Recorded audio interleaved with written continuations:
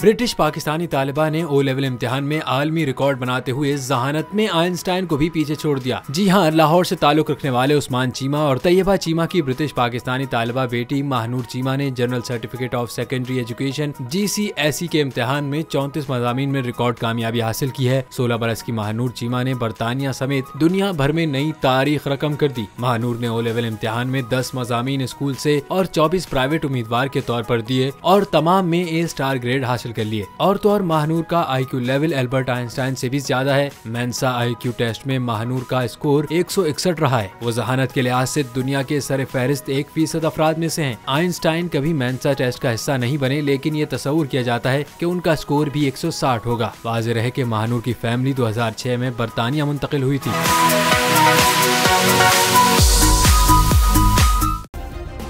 Subscribe करें और bell दबाएं ताकि कोई खबर रह न जाए।